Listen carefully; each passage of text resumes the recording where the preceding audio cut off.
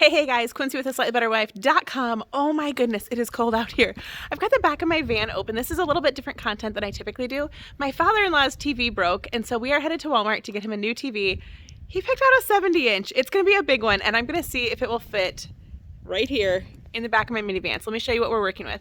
I feel like this could be relatable to some of you and maybe just gross out the rest of you. I don't know what was hauled in here last, maybe compost, but we took out all the car seats, folded the seats down. We've got a toolbox to put together the TV stand we're getting, and then we've got like extra coats, blankets, and a battery pack charger just in case the car were to die, because you know that is a real risk right here in the winter. So I've got the cartboy with me, and I'm sure that we're gonna do this and it'll be just fine. Here is that battery pack that I'm talking about. It was a gift from my parents. Now this guy actually just used it yesterday, so I'm gonna hand it over to him and have him tell you about it. It's really cool because it can charge like your cell phones, it can jumpstart your car. It's got a flashlight on it, I think. Yeah, so here it is. There's some ports right here that you plug it into. And it gets its power from like your wall outlet. Like you plug it into a wall outlet to charge it up. And then it's a battery pack, right? Yeah, there's a little light thing here that you can... And it comes with these cables that you would hook up to your... This is jumper cables. I had to use this. But you take the blue end and you just take this little tab right here, take that out, and it plugs in right there. And then... It has all sorts of things. I don't really know what this is. I don't know what that does.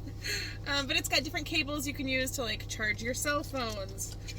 If it needed to plug into your car to charge that battery pack up. It's got one to plug into the wall. All sorts of cables. Always all the cables, right? And then we added one for our USB-C charging for our cell phones. And it all fits right here in this little travel pack. What was your experience using it on your car? How did you feel about that? I was kind of nervous plugging it into the battery, so I had Dad do it, but... Yeah, but it worked, right? Yeah. Like you just left it on there. Our oldest daughter, let me scooch this over here. Our oldest daughter is 21, and there was a few years ago that were like, her car was dead every time she'd go out there. She had a bad battery, and she used this every morning for quite a while. Yeah. And it always started the car right up. But it's super easy to use. You only keep it on for a few seconds. There'll be a green light that comes on. I can't remember where it turns on at. That's a good point, and it does work really quick, because you might think like, oh, this is a small battery pack, but it actually works really quick and really fast. Yeah, it only took like 10 minutes. My parents used that actually when they were up in the cities. They went up to that concert where Granny and Grandpa went there. Yeah. And when they came back to their truck, it was dead. And thankfully, they had this thing with, is there a boost button on this one? I'm not for certain. I was thinking there was like a boost button or something you could use when you're going to start a vehicle with it to give it a little bit more power. I think it's just start engine. Just start engine, yeah. So, pretty sweet. I will throw a link. This same one I don't think is available on Amazon, but I'll throw a link to something like this so you can check them out.